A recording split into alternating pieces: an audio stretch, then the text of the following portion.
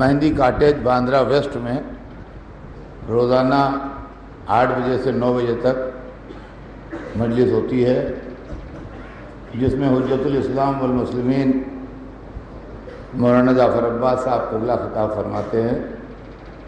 آپ حضرات سے شرکت کی گزارش ہے۔ اور دوسرا اعلان یہ ہے کہ ہر روز صبح 12 بجے سے 1 بجے تک دن میں اسی مسجد میں مجلس اعلیٰ برپا ہوتی ہے، جس میں جناب علی آقا صاحب باقری جو ہر سال حیدرآباد سے تشریف لاتے ہیں وہ خطاب فرماتے ہیں۔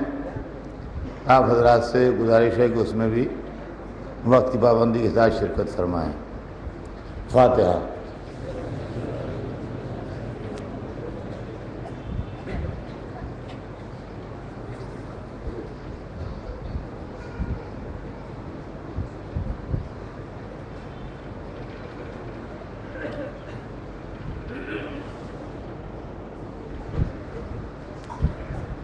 اعوذ باللہ السمیع العلیم من الشیطان اللعین الرجیم، بسم اللہ الرحمن الرحیم، الحمد للہ رب العالمین، والصلاة والسلام علی سیدنا و شفیعنا بالقاسم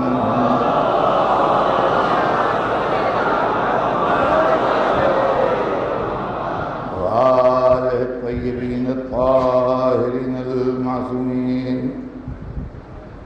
ولعنۃ اللہ علی اعدائہم اجمعین من یومنا ھذا الی یوم الدین۔ اما بعد فقد قال اللہ سبحانہ تبارک و تعالی فی کتابہ المبین وهو اصدق الصادقین، ولا تلبسوا الحق بالباطل وتکتموا الحق وانتم تعلمون۔ صلوات بھیجیں۔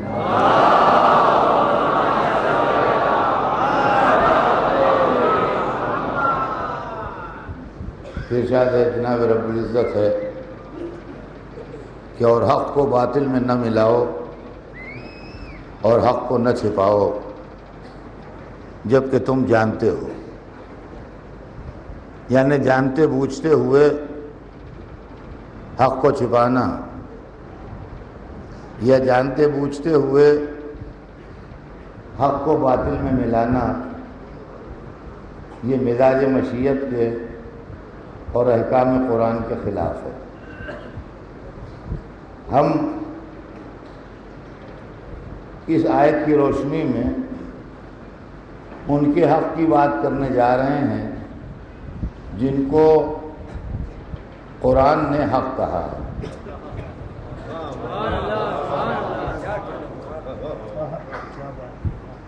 جو ایسے حق ہیں کہ رسول اللہ نے فرمایا کہ علی مع الحق والحق مع علی، علی حق کے ساتھ ہیں، حق علی کے ساتھ ہے۔ یہ وہ رسول کہہ رہا ہے جو بغیر وحی بولتا نہیں۔ اس کا مطلب یہ ہے کہ یہ وحی ربانی کے اشارے سے بات کہی جا رہی ہے کہ علی کون ہے، سمجھ لو علی مع الحق، علی حق کے ساتھ ہیں، علی مع الحق، علی حق کے ساتھ ہیں، والحق مع علی، اور حق علی کے ساتھ ہے۔ اب اس کے بعد کا جو ٹکڑا حدیث کا ہے وہ غضب کا ہے۔ ارشاد فرماتے ہیں اللہم ادر الحق حیثما دار، پالنے والے حق کو ادھر ادھر موڑ جدھر جدھر علی موڑ۔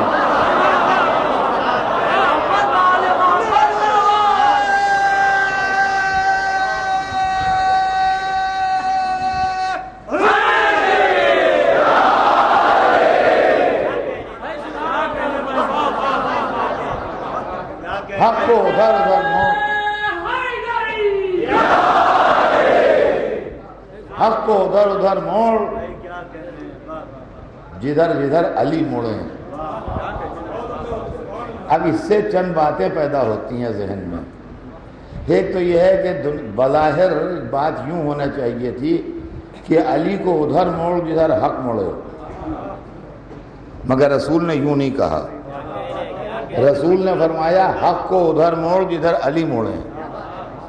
دیکھیے جو آگے چلے گا، پیچھے چلنے والا ادھر موڑے گا جدھر وہ موڑے.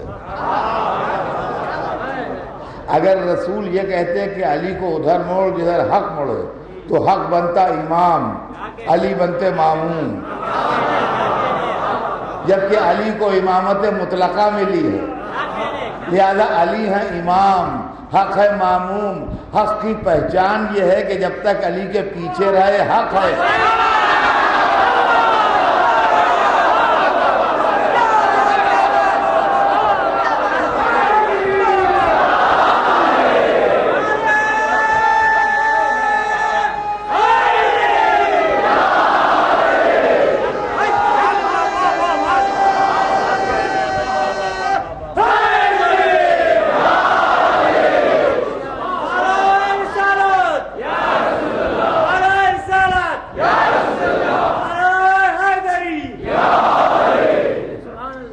حق کی پہچان یہ ہے کہ جب تک علی کے پیچھے چلے حق ہے، اور اگر قدم آگے بڑھا دے تو باطل ہو جائے گا. عزیزان گرامی یہ منزل ہے خدا کی قسم. اللہم اذر الحق حیثما دار، پالنے والے حق کو ادھر موڑ جدھر علی موڑ. اور قرآن میں کہا گیا ہے ماذا بعد الحق الا الضلال، حق کے بعد سوائے گمراہی کیا اور ہے کیا. اب بھی مطلب نہ سمجھ میں آئے تو کب سمجھ میں آئے گا؟ یعنی علی کو چھوڑ کے سوائے گمراہی کے ملے گا کیا؟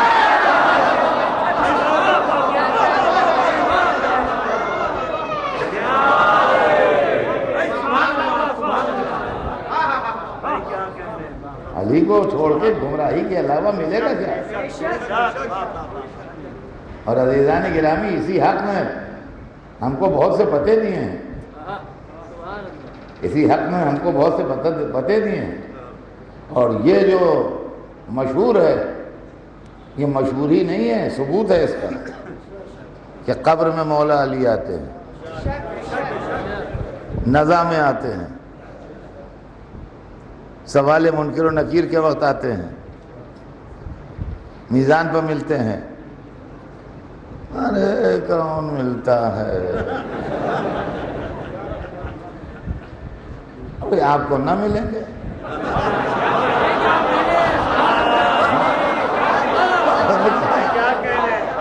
اس میں جھگڑا کہے گا؟ دشمنوں پر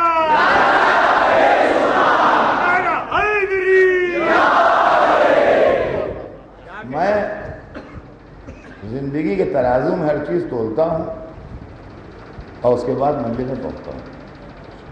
سمجھے؟ یہ آپ جو مجھے سنتے ہیں اتنے برسوں سے تو آپ کو اس کا بخوبی اندازہ ہوگا. اور روزمرہ کی زندگی کی اسٹڈی ہے میری.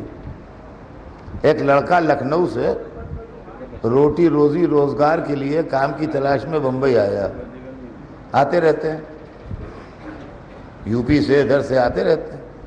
لکھنؤ سے ایک لڑکا اپنے روٹی روزی کی تلاش میں، کاروبار کی تلاش میں بمبئی آیا. وہ اس کے پہلے کبھی آیا نہیں تھا، نہ بمبئی میں اس کا کوئی جاننے والا تھا،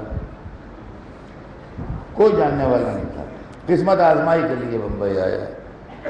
جب وہ چلنے لگا تو اسٹیشن پر اس کے دوست نے ایک اتے سے پرچے پر اس کو ایک موبائل نمبر لکھ کے دے دیا اور کہا یہ موبائل نمبر ہمارے ایک دوست کا ہے جو بمبئی میں رہتا ہے، جا کے ٹیلی فون کرنا، ہو سکتا ہے وہ کچھ تمہاری مدد کر دے. آپ یقین مانیے کہ وہ کلیجے سے لگائے ہوئے لائے گا اس پرچے کو.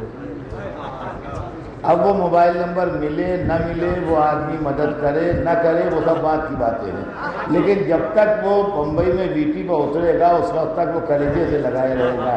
اس لیے کہ وہ اتنا سا کاغذ کا پرچہ جس پر ایک موبائل لکھا ہے اس کے لیے بہت بڑا آسرا ہوگا. عزیزان گرامی اسی لیے ہم کہتے ہیں کہ جب اتنا سا پرچہ جس پر ایک موبائل لکھا ہوا ہے کوئی یقینی نہیں کہ وہ مل جائے، کوئی یقینی نہیں کہ وہ مدد کر دے، کوئی یقینی نہیں کہ اب وہی نمبر چل رہا ہو اس کے پاس، لیکن پھر بھی اس کو کلیجے سے کسی آسرے پر لگائے ہیں۔ تو اگر آدمی ایک اتنا سا موبائل کا نمبر کلیجے سے لگائے ہوئے بمبئی آ سکتا ہے، تو اگر ہم 14 معصوموں کو کلیجے سے لگائیں،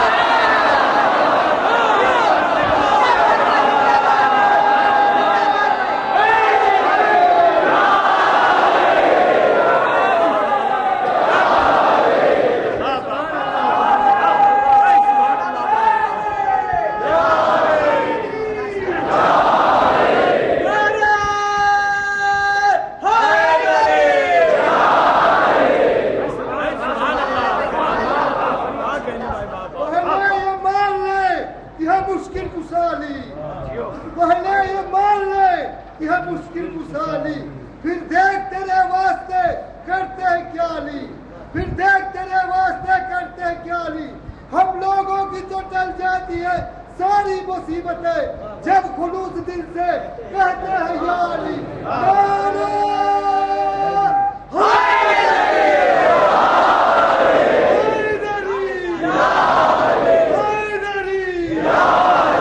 محبت والے محبت صلی اللہ۔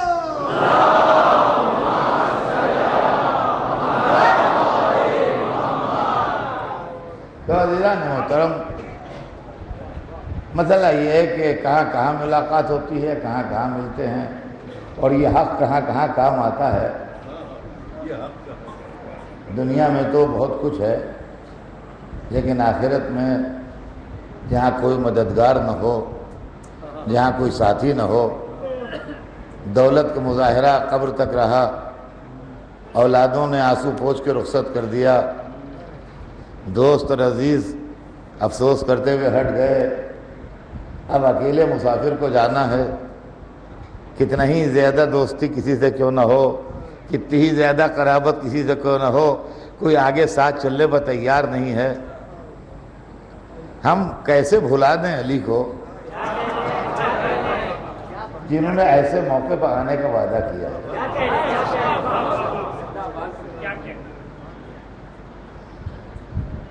اب میں آپ کو ایک ایسی بات سنا دوں جو بالکل سامنے کی ہے، لیکن یہ کہ متوجہ کرنا میرا کام ہے۔ میں برابر کہتا ہوں کہ میں کوئی نئی بات نہیں، متوجہ کرتا ہوں آپ کو، اور تھوڑا سا متوجہ کر دوں آپ کو کہ میت میں شریک ہونا بہت ثواب ہے، اور امور میت میں حصہ بٹانا بہت بڑا اسلام میں ثواب رکھا گیا ہے، اور پارٹ آف ڈیوٹی ہے ہمارا کہ اگر کوئی مر جائے تو ہم اس کی تحریر تکفین میں حصہ لیں، اور اگر کوئی تکبیر تکفین کرنے والا نہ ہو تو ہم کریں، چاہے وہ غیر کیوں نہ ہو، لیکن یہ سب چیزیں اسلام میں ہیں۔ تو آپ نے دیکھا ہوگا کہ ایک منزل وہ آتی ہے جب قبر میں لٹا کے شانہ ہلا کے اس کو تلقین پڑھائی جاتی ہے۔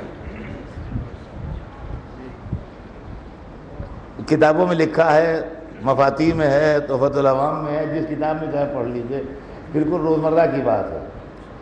تو اس کا مرے ہوئے آدمی کو جو قبر میں لیٹا ہے کا شانہ ہلاتا ہے، وہ جو تلقین پڑھا رہا ہوتا ہے، وہ کہتا ہے اسمع افہم اسمع افہم اسمع افہم، سن سمجھ۔ اسمع مانے سن عربی میں، اور افہم مانے سمجھ۔ اسمع افہم، سن سمجھ، 3 دفعہ کہتا ہے، اسمع افہم سن سمجھ، اسمع افہم سن سمجھ۔ یا فلاں ابن فلاں، اس کا نام لیتا ہے، اس کے باپ کا نام لیتا ہے، فلاں فلاں کے بیٹے، اور اس کے بعد کہتا ہے کہ جب تیرے پاس ملکین مقربین آئیں خدا کے تجھ سے سوال کریں تو ڈرنا نہیں، گھبرانا نہیں، اور پریشان نہ ہونا۔ پہلا مسئلہ تو یہ ہے کہ مرا ہوا سنے گا کیا اور سمجھے گا کیا؟ ہما تو جب ہما شما کے مردے مرنے کے بعد سنتے اور سمجھتے ہیں، تو اگر خاصان خدا سے ہم آواز دیتے ہیں تو کیا وہ نہ سمجھیں گے؟ اچھا، اس کے بعد اس میں کیا کہا جاتا ہے کہ یہ ہے وہ ہے وہ ہے، تمام چیزیں بیان کرتے کرتے اس کے اندر خدا کا نام اور رسول کا نام اور قرآن کا نام اور 12 اماموں کے نام لیے جاتے ہیں، اور اس کے بعد کہا جاتا ہے ان الموت حق والقبر حق والمیزان حق۔ یہ موت حق ہے، قبر حق ہے، میزان حق ہے، صراط حق ہے، سوال منکر و نکیر حق ہے. یہ جہاں جہاں حق کا لفظ استعمال ہو رہا ہے علی کا پتہ نہیں ہے.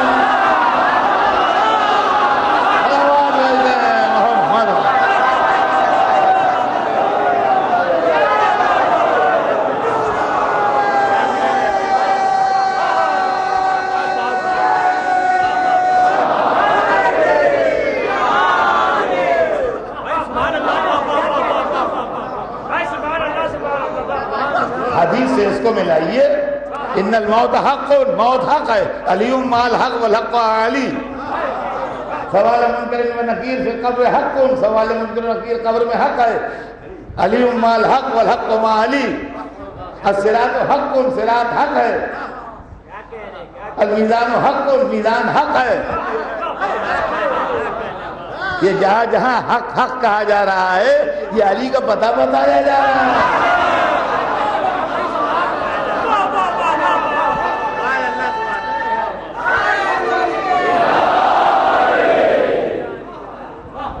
بھیا ہو جو بھی، امید پر دنیا قائم ہے. لیکن مثل مشہور ہے کہ امید پر دنیا قائم ہے. کہتے ہیں موت بہت سخت چیز ہے، موت بہت سخت چیز ہے، یہ مشہور ہے. اور اس کی تشبیہ یوں دی گئی ہے کہ ایک مہین باریک کپڑا ایک ایسے درخت پر ڈالا جائے جس میں کانٹے ہوں، اور اس کے بعد پھر اس کو کھینچ لیا جائے تو وہ تار تار ہو جائے گا کانٹوں کی وجہ سے. کہتے ہیں روح نکلنے کا یہ منظر ہوتا ہے. اب بھائی ہوتا ہوگا، ہم کہہ نہیں سکتے، اس لیے کہ ہم لوگ کوئی اس منزل سے گزرا نہیں جو کہتا میں کہتا ہوں ایسا نہیں ہوگا. کوئی نہیں کہہ سکتا، ہوتا ہوگا. لیکن ہمیں ایک بات کا اعتبار ہے کہ اگر علی آ گئے تو پھر تکلیف نہیں ہوگی. کیوں تکلیف نہیں ہوگی؟ اس کی وجہ ہے قرآن نے ہمیں اطمینان دلا دیا کہ تکلیف نہیں ہوگی. اس لیے کہ قرآن میں ایک جگہ یہ لکھا ہے کہ جب مصر کی عورتوں کے سامنے سے حضرت یوسف گزرے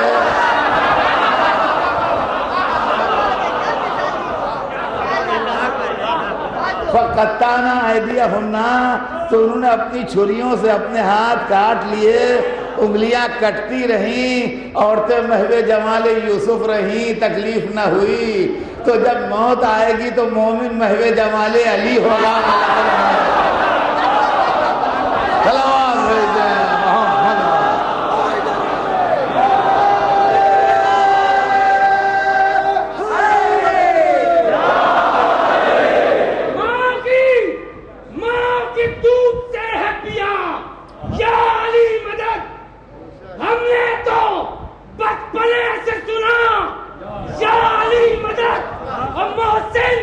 میری لہد میں وہ منظر عجیب تھا جب میں نے خود علی سے کہا دونوں ہاتھ بلند کر کے حیدری نعرہ نعرہ حیدری.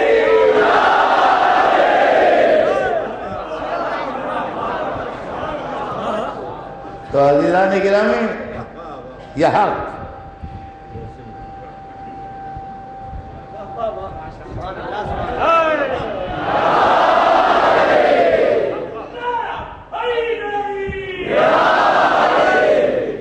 یہ حق کی بات ہے. حق، موت حق ہے، قبر حق ہے. کیا ہمارا ہے تو ہم آئیں گے. ہماری کیا مجال ہے جو ہم بلائیں؟ قمبر کو تو بلا نہیں سکتے، علی تو بڑی چیز ہے. کیا ہستی ہے ہمیں جو بلائیں؟ یہ ان کا کرم ہے جو انہوں نے کہا ہے ہم آئیں گے. ہماری ہمت تھوڑی ہے کہ ہم کہیں تشریف لائیے. ارے کہاں علی، کہاں ہم؟ انہوں نے کہا ہم آئیں گے. لیکن اگر آئیں گے تو مشکل آسان بھی ہو جائے گی. اس لیے کہ جو سوال ہونا ہے وہ تو ہوں گے، وہ تو حق ہیں. وہ تو پیپر تو بھرا جائے گا، لیکن یہ کوئی پریشانی نہیں ہے، اس لیے کہ فرشتے آئیں گے تحقیق ایمان کے لیے کہ مرنے والا مومن ہے کہ نہیں۔ جب کل ایمان کو قبر میں بیٹھے دیکھیں گے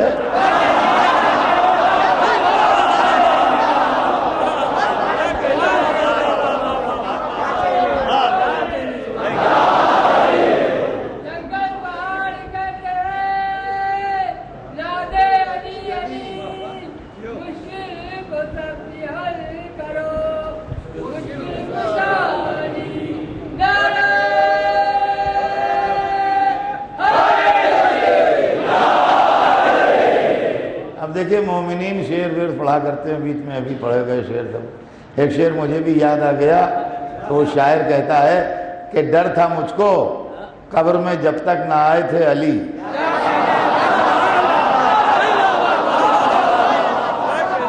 ڈر تھا مجھ کو قبر میں جب تک نہ آئے تھے علی، اب فرشتے ڈر رہے ہیں گفتگو کرتے ہوئے۔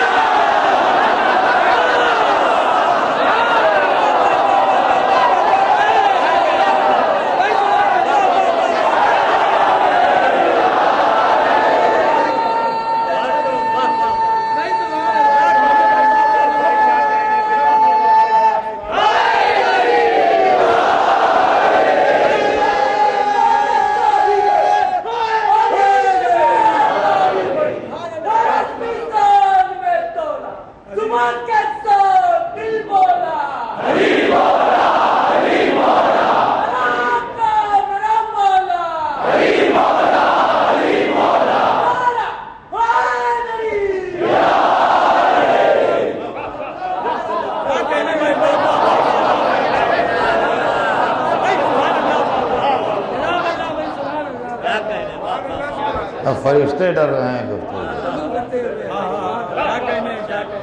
تو عزیزان گرامی، موت حق، قبر حق، والمیزان حق کن، میزان حق۔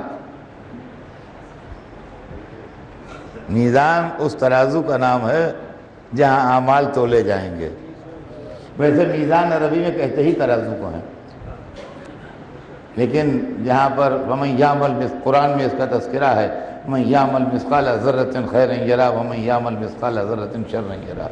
جو ذرہ برابر خیر کرے گا وہ بھی دیکھے گا، اور جو ذرہ برابر شر کرے گا وہ بھی دیکھے گا۔ تو وہاں میں مل جاؤں گا۔ دیکھیے، میں جو بات کہتا ہوں وہ اتنے کا ذمہ دار ہے۔ ہم محتاج شفاعت ہیں، علی مجبور شفاعت نہیں ہے۔ ان کو مجبور نہیں کیا جا سکتا کہ وہ ہماری شفاعت کریں، ہم محتاج ضرور ہیں ان کی شفاعت کے۔ ہماری محتاجی میں کوئی شک نہیں، لیکن وہ ہماری مدد کریں نہ کریں ان کی اپنی مرضی، وہ مجبور نہیں ہے۔ ہم محتاج ہیں، وہ مجبور نہیں، لیکن امید ہے، آسرا ہے۔ علی علی کہنے سے امید بن گئی ہے کہ شاید ہمیں نظر کرم سے دیکھ لیں، اس لیے کہ میزان میں اعمال تولے جا رہے ہوں گے۔ ان کا اتنے برس زندہ رہا ہے، نیکیاں کتنی کی ہیں؟ کا 10 لاکھ، 10 لاکھ نیکیاں۔ کا برائیاں کتنی ہیں؟ کا 15 لاکھ۔ تو برائیوں کا پلہ بھاری ہے، نیکیوں کا ہلکا ہے نا؟ تو اب سزا ملے گی اس کی۔ برائیاں زیادہ ہیں، نیکیاں کم ہیں۔ یہی موقع شفاعت کا ہے۔ دیکھیں، شفاعت کا لفظ جو قرآن میں ہے اور شفاعت کو جو مجلسوں میں پڑھا جاتا ہے، یہی پراپر ٹائم ہے شفاعت کا، کہ برائیاں زیادہ نکل آئیں، نیکیاں ہماری کم رہ گئیں۔ اب یا تو سزا کاٹیں اور یا کوئی شفاعت کرے۔ تو یہاں پر پھر علی سے امید بندھی ہے، یہاں پر پھر علی سے امید بندھی ہے کہ اگر وہ ایک دفعہ نگاہ کرم سے دیکھ لیں کہ کیا معاملہ ہے، ان کا حضور اس کی نیکیاں گھٹ رہی ہیں، اعمال برائیاں بڑھ رہی ہیں، کہا کتنی؟ کہا 5 لاکھ نیکیاں کم ہو رہی ہیں۔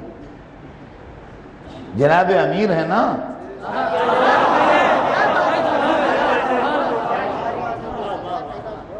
امیر اگر اشارہ کر دیں کہ جتنی کمی ہے ہمارے حساب سے دے دو،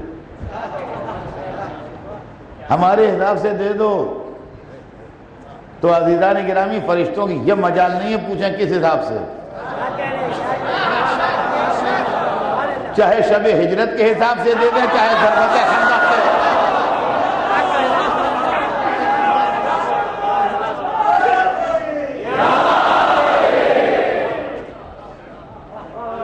اور یہ نہ پڑھ کہہ دیجیے گا کہ یہ کہاں سے پڑھ دیا آپ نے، اس کی شرعی دلیل کیا ہے؟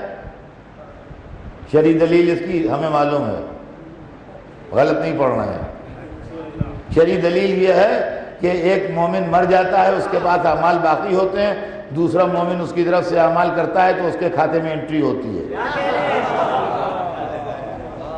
ان کا 5 برس کی نمازیں قضا ہیں، لڑکے نے پڑھوا دیں، 5 برس کے روزے قضا ہیں، لڑکے نے رکھوا دیے۔ کہا حج کو نہیں جا پائے تھے مرحوم، کسی کو ان کے بدلے میں حج کو بھیج دیا، تو عمل دوسرا کر رہا ہے، نامہ اعمال ان کا صاف ہو رہا ہے۔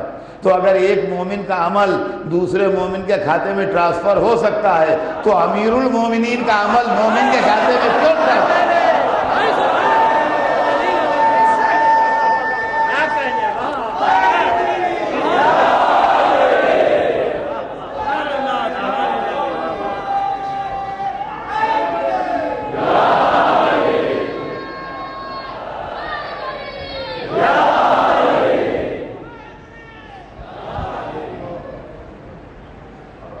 والصراط حق، صراط حق ہے،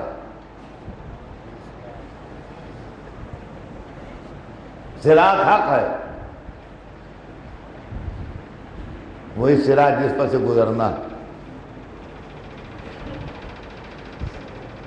وہ صراط تو یہی ہے، وہ تو ہے وہاں پر، یہ کہا گیا ہے بال سے باریک ہے اور تلوار سے تیز ہے اور آگ سے گرم ہے، وہ تو ہے، معاذ اللہ وہ میں نہیں کہتا کہ نہیں ہے، لیکن اصل میں تو صراط یہ دنیا ہے جن میں ذرا سے میں آدمی ادھر سے ادھر ہو جاتا ہے، جو یہاں ٹھیک گزر گیا وہاں بھی ٹھیک گزر جائے گا، اور جو یہاں بھٹک گیا وہاں بھی بھٹک جائے گا۔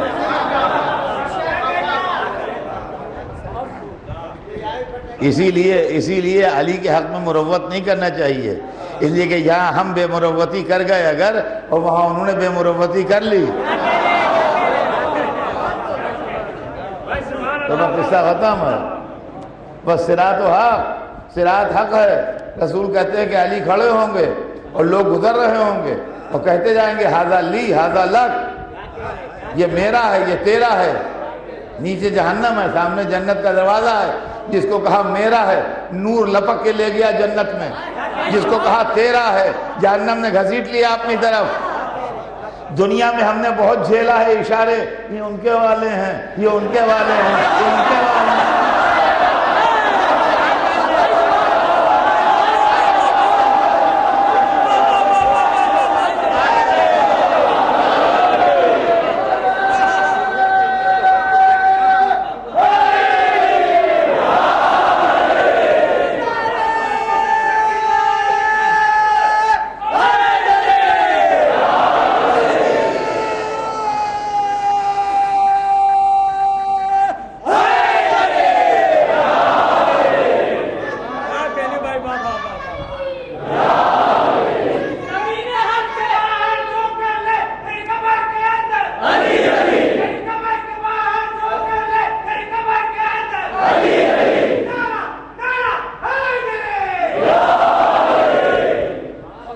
اب سمجھے آپ حق علی کیا ہے؟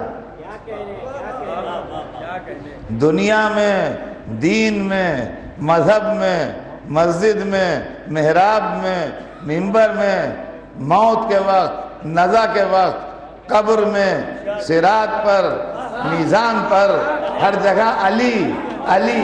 اب اگر ہم علی علی کرتے ہیں تو اس نام کو چھوڑ کے کوئی دوسرا نام ہے جو اتنی مدد کو آئے؟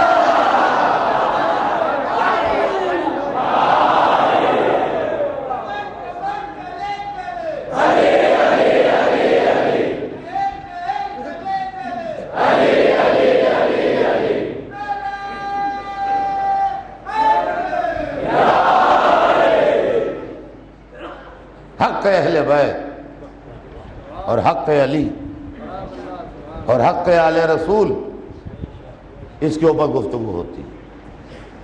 اور عزیزان گرامی، یہی وہ لوگ ہیں جن کا حق چھینا گیا، جن کا حق غصب کیا گیا، جن کا حق چھپایا گیا، جن کے واقعات پر پردے ڈالے گئے۔ گزر گئے دور، عہد بنی امیہ گزر گیا، حق علی کے خلاف کوششیں کرتے ہوئے، عہد بنی عباس گزر گیا، حق علی کے خلاف کوششیں کرتے ہوئے، ترک و تاتار کے دور گزر گئے، حق علی کے خلاف نعرے لگاتے ہوئے۔ مختلف دور گزرتے چلے گئے، لیکن جس طرح ذات علی میدان میں جمی رہی، اسی طرح فضائل علی بھی میدان میں جمے رہے۔ نہ دشمنوں کے نرغے علی کو گرا سکے میدان میں، اور نہ مخالفتیں علی کا کچھ بگاڑ سکیں علی کے بعد۔ اور آج اتنے لوگ جس نے اللہ کی راہ میں جہاد کیا، ان نے رسول کی نصرت کی، جس نے اسلام کو پروان چڑھایا، جس نے دین کے لیے اپنی پوری نسل دے دی، جس نے مذہب کے اوپر اپنی اولادوں کو قربان کر دیا، ان کے حق کی متعلق اگر بات کی جائے اور ان لوگوں کے تعلق سے بات کی جائے جنہوں نے رسول کو ایذائیں دی ہیں، جنہوں نے اسلام کی مخالفت کی ہے، جنہوں نے مذہب کا تماشا بنایا ہے، جنہوں نے دین کو کھلونا سمجھا ہے، تو اس کے اندر بگڑنے کی کون سی بات ہے؟ یہ بات صحیح ہے کہ جو کچھ ہوا وہ ہوا، لیکن تاریخ کے خزانے میں سارے واقعات محفوظ ہیں، اور کتابوں کے اندر ہر چیز ملتی ہے۔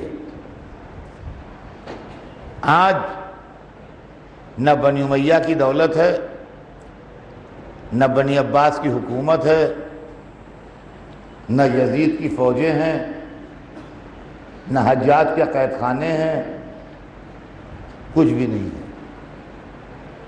اب آج سچی بات کہنے سے کون سی شے مانے ہے؟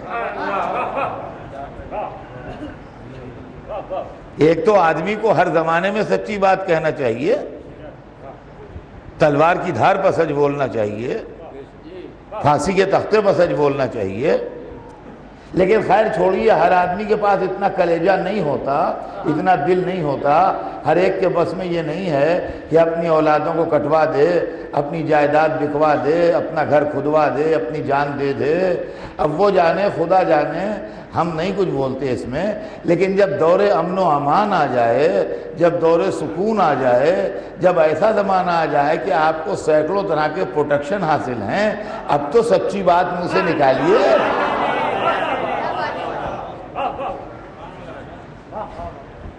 اب تو کہیے کہ اہل بیت کے ساتھ زیادتی ہوئی، اب تو کہیے رسول کی آل کے ساتھ زیادتی ہوئی، اب تو کہیے وہ لوگ بہکے ہوئے تھے جنہوں نے آل رسول کو ستایا۔ اور اگر اب بھی کچھ کہنے سے باز آ رہے ہیں اور کچھ ریزرویشنز ہیں، کچھ ہیزیٹیشن ہے، کچھ زبان میں لکنت ہے، تو اب ہمیں یہ سوچنے پر مجبور ہونا پڑے گا کہ کہیں یہ مینوفیکچرنگ ڈیفیکٹ تو نہیں ہے مشین؟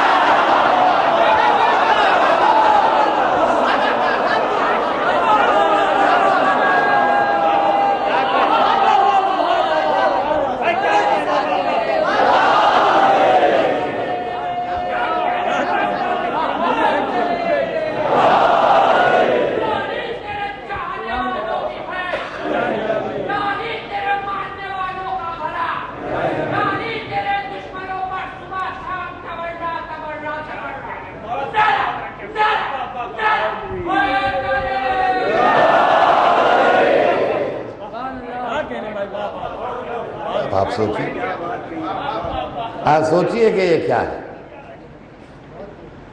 وَلَا تَلْبِسُوا الْحَقَّ بِالْبَاطِلِ، حق کو باطل میں نہ ملاؤ، حق کو باطل میں نہ ملاؤ، وَتَكْتُمُوا الْحَقَّ، اور حق کو نہ چھپاؤ، وَأَنْتُمْ تَعْلَمُونَ، تم جانتے ہو، جانتے بوجھتے ہوئے ہر چیز سے واقفیت کے بعد سچائیاں چھپائی جا رہی ہیں۔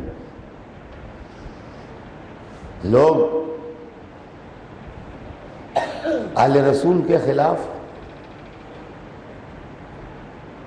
حسن کے ہوتے ہوئے ابو سفیان کے بیٹے کے ہاتھ پر بیعت، حسین کے ہوتے ہوئے لوگ یزید کے ساتھ، آل رسول کے ہوتے ہوئے آل امیہ تخت اقتدار پر، اور اس کے بعد عالم اسلام چپ، نہ کوئی صحابی بولتا ہے، نہ کوئی حافظ بولتا ہے، نہ کوئی حاجی بولتا ہے، نہ کوئی نمازی بولتا ہے، نہ کوئی روزہ دار بولتا ہے، سب خاموش ہیں۔ اسلام کس لیے آیا تھا؟ کیا اسلام اس لیے آیا تھا کہ مسلمان ساری دنیا کا مال کھاتے رہیں اور بیٹھے رہیں؟ اسلام دین علم ہے، اسلام دین شرافت ہے، اسلام دین انسانیت ہے، اسلام امن و امان کا دین ہے، اسلام سکون کا دین ہے، اسلام دولت کمانے کا نام نہیں ہے، اسلام گلے کاٹنے کا نام نہیں ہے، اسلام خون بہانے کا نام نہیں ہے۔ بادشاہوں کے ساتھ مولویوں نے مل کے جو طلسم بنایا، اس کے اندر بھولے بھالے عوام کو بہکا دیا۔ میں آئندہ مجلسوں میں آپ کے سامنے پڑھوں گا کہ کون کون سے معاملے ایسے ہیں جو پولیٹیکلی موٹیویٹڈ ہیں، اور کون کون سی ایسی معاملے ہیں اسلام کے اندر جو اس کے اندر سیاستوں نے اپنے جلوے دکھائے ہیں، جو طلسم بنائے گئے ہیں، جو فریب بنائے گئے ہیں، جس کے اندر 1400 برس سے ملت گرفتار ہے، اور اس کا نتیجہ یہ نکلا میرے دوستو کہ آج مسلمان علم سے محروم ہو گیا۔ سب سے بڑی بدنصیبی ملت مسلمہ کی یہ ہے کہ اس کے پاس علمی قحط ہے۔ مولویوں نے بادشاہوں کے ساتھ مل کے عوام کو اس لیے جاہل رکھا کہ اگر یہ پڑھ لکھ جائیں گے تو کہیں سچائیوں تک پہنچ نہ جائیں،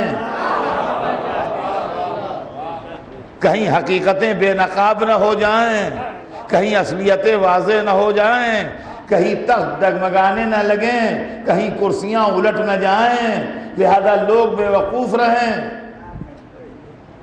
عزیزان گرامی، سوچنے کا قابل بات ہے۔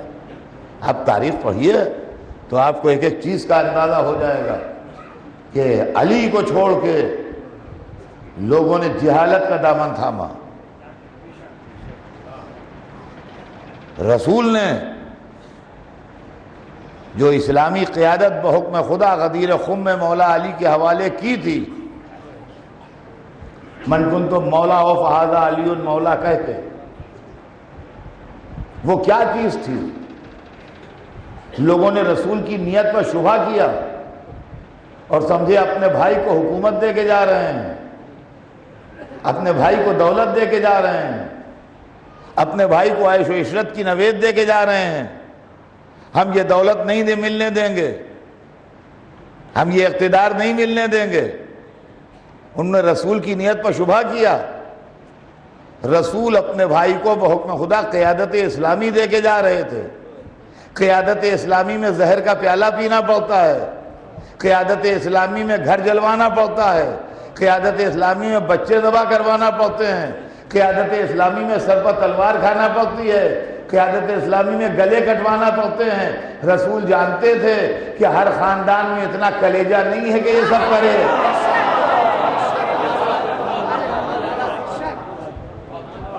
ہر ایک کے پاس اتنی ہمت نہیں ہے کہ اس طریقے سے قربانیاں دے۔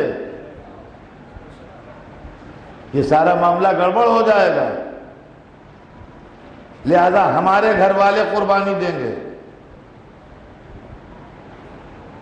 لوگوں نے کہا نہیں، ہم تو یہ نہ ہونے دیں گے۔ تو علی کو جو قیادت اسلامی مل رہی تھی تو کیا مل رہا تھا؟ علی کو کچھ نہیں مل رہا تھا، ہم کو مل رہا تھا۔ علی کو کوئی فائدہ ہماری وجہ سے نہیں تھا۔ علی جیسا اسکالر اور علی جیسا عالم چند جاہل عربوں کو لے کے کیا کرتا؟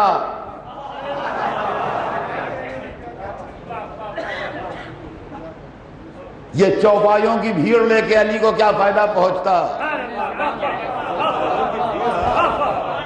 فائدہ ہم کو ملتا کہ ہمارا جہل علی کی وجہ سے دور ہوتا، ہماری بزدلی علی کی وجہ سے دور ہوتی، ہماری ناسمجھی علی کی وجہ سے دور ہوتی، ہماری خطائیں علی کی وجہ سے دور ہوتی۔ لوگوں نے علی کو چھوڑ دیا تو چھوڑ دیا۔ بہترین کوئی کتاب رکھی ہوئی ہے، چھوڑ دے آدمی۔ تو کتاب کا کیا بگڑے گا؟ کیا اس کے الفاظ مٹ جائیں گے؟ کیا اس کے اندر جو علمی مطالب ہیں وہ غائب ہو جائیں گے؟ قرآن تو ہے مسلمانوں کے پاس، قرآن تو ہے مسلمانوں کے پاس۔ کیا کوئی قرآن سے بڑھ کے کتاب ہو سکتی ہے؟ تصور ہے کوئی آپ کے دماغ میں قرآن سے بڑھ کے بھی کوئی کتاب لکھی جائے گی؟ تو خالی علی کو نہیں چھوڑا ہے، قرآن کو بھی چھوڑا ہے۔ اور اگر آپ کو یقین نہ آئے تو قرآن ہی میں آیت پڑھیے، رسول اللہ فرمائیں گے قیامت کے دن، یا رب ان قومی اتخذوا ھذا القرآن مہجورا، پالنے والے میری قوم نے اس قرآن کو چھوڑ دیا۔ آج لوگ مسلمانوں کی بربادی کے اسباب ڈھونڈ رہے ہیں۔ آج مسلمان سر جوڑ کے بیٹھتے ہیں، کہتے ہیں کیا راز ہے جو ہم برباد ہیں؟ برباد اس لیے ہے کہ آپ نے قرآن چھوڑ دیا، اور قرآن چھوڑا اس لیے کہ قرآن آپ کی سمجھ میں نہیں آیا۔ سمجھ میں اس لیے نہیں آیا کہ جو قرآن کی تھی اس کو آپ نے ہاتھ نہیں لگایا۔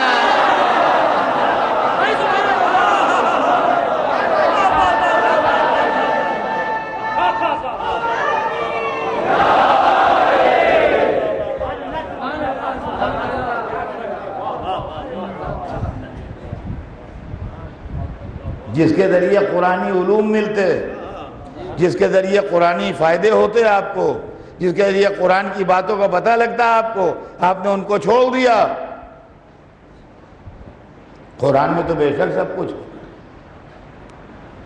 لا رد ولا یابس الا فی کتاب مبین، کوئی خوش کو تر ایسا نہیں ہے جو کتاب مبین میں نہ ہو، کوئی خوش کو تر ایسا نہیں ہے جو کتاب مبین میں نہ ہو۔ تو ہے تو نکالیے، کوڈ ہے، ڈی کوڈ کرنا جانتے ہی نہیں۔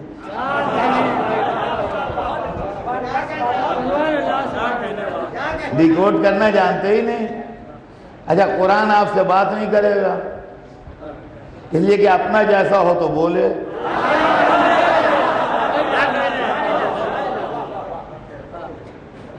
ایسے ویسوں سے وہ بات ہی نہیں کرتا۔ قرآن رکھا ہوا ہے، میں اکثر و بیشتر میری پرانی مثال ہے، نئی نہیں ہے، مگر دوہرا دوں کہ مسلمان کی حالت یہ ہے کہ ایک بہت بڑی تجوری جو بند ہے اور لاک لگے ہوئے ہیں اس کے اندر، وہ رکھی ہوئی ہے اور یہ اس کے سامنے لیٹے ہوئے ہیں، وہ کہہ رہے ہیں اس میں اتنی دولت ہے کہ ہم امریکہ یورپ سب خرید سکتے ہیں، پورا یونائٹڈ اسٹیٹ خرید لیں، پورا یو کے خرید لیں، پورا یورپ خرید لیں اور اربوں کے سارے تیل کے چشمے خرید لیں۔ اتنے بڑے بڑے ڈائمنڈ ہیں اس میں، اتنے بڑے بڑے یاقوت، روبی، ایسا گولڈ ہے اس میں، دنیا میں ویسا گولڈ کہیں پایا نہیں جاتا۔ ہمارا سویرے سے چائے نہیں پیے، ایک چائے پلواؤ۔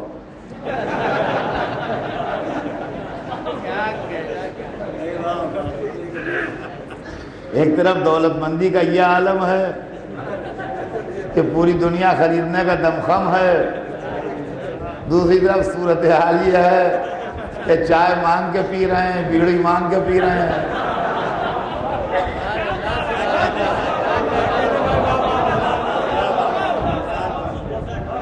یہ ہے کیا چکر صاحب، ہمیں سمجھائیے یہ کیا مصیبت ہے؟ مانگ مانگ کے چائے پی جا رہی ہے، مانگ مانگ کے بیڑی پی جا رہی ہے، اور بیمار پڑ گئے ہیں تو کوئی علاج کر دے، پیسے نہیں جو علاج کر سکے۔ ہمارے پاس سب کچھ ہے، اس کے پاس کیا ہے؟ کچھ بھی نہیں، فقیر ہے ہمارے۔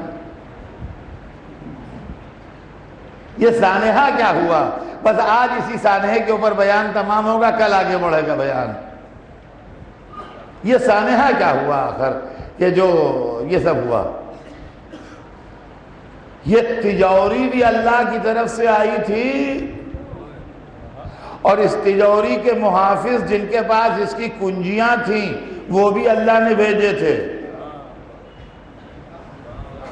لیکن جس کے ذریعے تجوری اور کنجیاں آئیں اس نے جب ان کو یہ تجوری دی تو یہ بوکھلاہٹ میں تجوری لے کے بھاگ آئے۔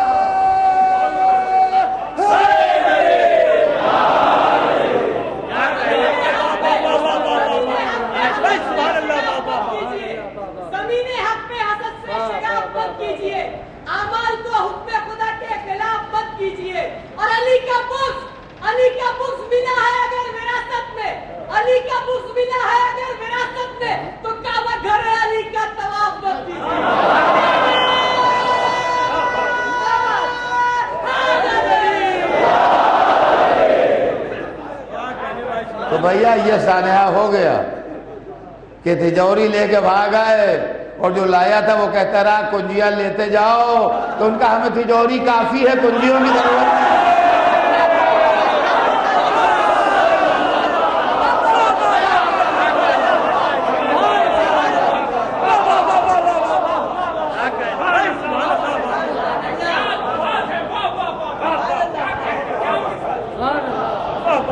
تو یہ ہے معاملہ۔ نتیجہ یہ ہوا کہ اس قرآن کو مس یوز کیا گیا۔ کربلا میں قتل حسین کے لیے جو جمع ہوئے تھے ان میں حافظ بھی تھے، ان میں قاری بھی تھے، ان میں وہ لوگ بھی تھے جن کے گلوں میں قرآن حمائل تھے، اور حسین کے قتل کرنے پر تیار بھی تھے، جن میں اتنی انسانیت نہ تھی کہ پیاسے بچوں کو پانی پلا۔ اور طلب مسئلہ ہے یہ۔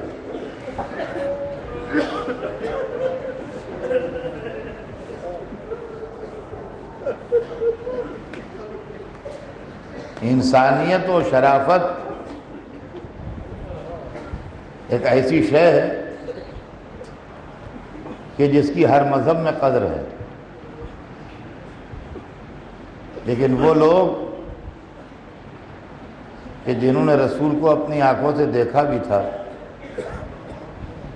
اور جن کے سامنے قرآن اترا بھی تھا،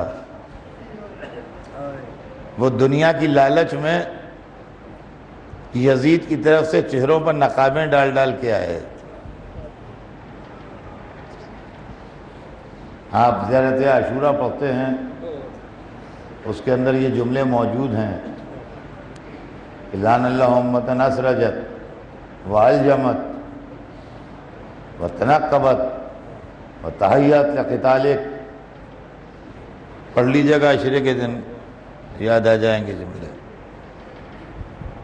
ہم ان سے بیزار ہیں، بری ہیں، جنہوں نے گھوڑوں پر سینے باندھی، جنہوں نے اپنی سواریاں تیار کی، جو مہیا ہوئے آپ کے قتل کرنے کے لیے، اور جنہوں نے اپنے چہروں پر نقابیں ڈالی۔ یہ نقابیں ڈالنے والے وہی تھے جو حسین کو رسول کی گود میں دیکھ چکے تھے، جو حسین کو رسول کے کاندھے پر دیکھ چکے تھے، جو حسین کو نماز کے عالم میں پشت رسول پر دیکھ چکے تھے۔ آج یہ دنیا کی محبت میں دین بیچ کے رسول کے نواسے کو قتل کرنے آئے تھے، حسین سے لڑنے آئے تھے، اور اللہ اکبر، محمد کے نواسے نے شرافت کا وہ معیار قائم کیا کہ جس کی مثال دنیا میں نہیں ہے۔ دیکھیے، دوست کے ساتھ تو ہر ایک شرافت برتتا ہے، دشمن کے ساتھ شرافت برتنا معیار ہے۔ جب خطبہ پڑھا ہے تو کہا میں تم میں وہ چہرے دیکھ رہا ہوں جو مجھے میرے نانا کی آغوش میں دیکھ چکے ہیں، مگر ان کے نام حسین نے نہیں لیے، اس لیے کہ جب انہوں نے اپنے چہرے نقابوں میں چھپا لیے تھے تو حسین نے ان چہروں کو بے نقاب نہیں کیا۔ اللہ اکبر، کربلا میں حسین ابن علی کی شرافت نفس کے جو مظاہرے ہوئے ہیں وہ اپنی مثال آپ ہے تاریخ عالم میں۔ یہاں دشمنوں کے لیے بھی آپ نے ایک نہایت شرافت کا ثبوت دیا۔ آج دوسری رات آ گئی، دوسری محرم وہ تاریخ ہے جب حسین کا قافلہ کربلا پہنچ گیا۔ چلتے چلتے گھوڑا رکا، پوچھا اس زمین کا نام کیا ہے؟ کسی نے کہا نینوا، کہا اور بھی کوئی نام ہے؟ کسی نے کہا شت فرات، کہا اور بھی کوئی نام ہے؟ کہا ماریا، کہا نہیں اور بھی کوئی نام ہو؟ ایک نے کہا کربلا۔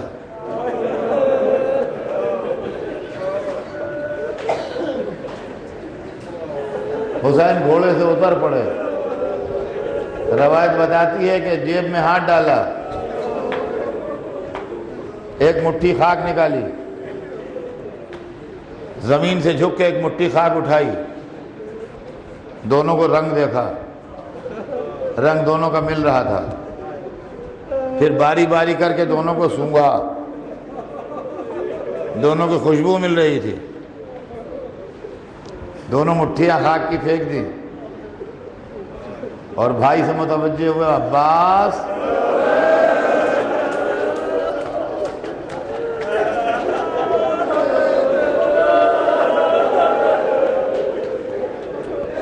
بھیا، عباس سفر ہمارا تمام ہوا۔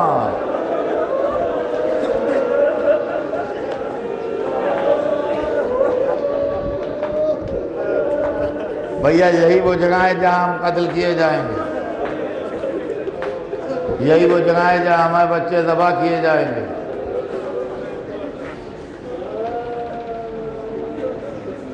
مجلس ہو رہی تھی، حسین پڑھ رہے تھے، عباس سن رہے تھے۔ قافلہ کربلا میں اتر گیا، جو زمینوں کے مالک تھے ان کو بلایا، کہا تم یہ زمین ہمارے ہاتھ بیچو گے؟ انہوں نے کہا ہاں بیچیں گے۔ کیا قیمت لوگے؟ جو انہوں نے اپنے منہ سے قیمت کہی، چکایا نہیں، جو منہ سے قیمت کہی وہ قیمت ان کو دے دی، اور اس کے بعد ان سے کہا کہ ہمیں یہاں رہنا نہیں ہے، یہ زمین ہم تمہیں کو واپس کر رہے ہیں، ہماری قبریں بنیں گی یہاں۔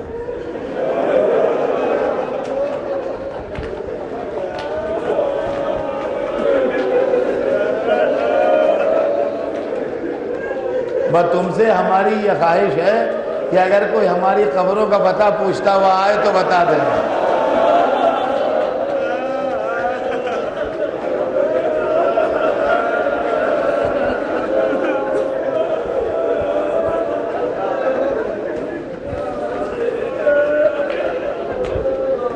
عباس نے دریا کے کنارے خیمے نصب کیے، جو فوجی نقطہ نظر سے بھی اور ہر اعتبار سے بہترین جگہ تھی۔ اتنے میں دشمن کی فوج آ گئی، کہا یہاں سے خیمے ہٹائیے، یہاں ہم اپنے خیمے لگائیں گے۔ غازی کو جلال تو آیا، مگر مصلحت امام یہ نہیں تھی کہ پانی پر تلوار چلے، وہ تلوار جو حق و باطل کا فیصلہ کرنے والی تھی، اس بات پر چل جاتی کہ پانی پہ کون رہے گا۔ بھائی کو روک لیا، ریتی پر خیمے نصب ہوئے۔ عزیزان گرامی، میں نے کتاب میں نہیں پڑھا، میں تصور کے سہارے مصائب پڑھتا ہوں۔ جب خیمے نصب ہو گئے ہوں گے تو عماریوں سے زینب بھی اتری ہوں گی، ام کلثوم بھی اتری ہوں گی، شہزادی سکینہ بھی اتری ہوں گی، بنی ہاشم کی شہزادیاں بھی اتری ہوں گی، عباس بھی تھے، علی اکبر بھی تھے، قاسم بھی تھے، اون محمد بھی تھے۔ لیکن 11ویں محرم کو جب یہ قافلہ جانے لگا تو نہ عباس تھے، نہ علی اکبر، نہ اون محمد تھے، نہ قاسم۔ زینب نے ایک دفعہ دریا کو دیکھا، یا عباس انت الذی رکبتنی، اے بھیا تم نے مجھے سوار کیا تھا، اب بہن جا رہی ہے کیا سوار کرنے کا۔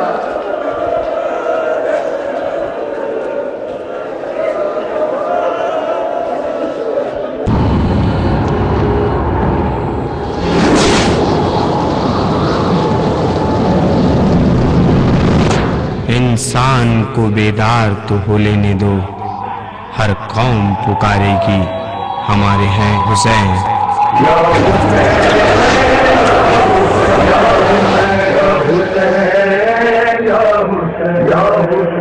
السلام علیک یا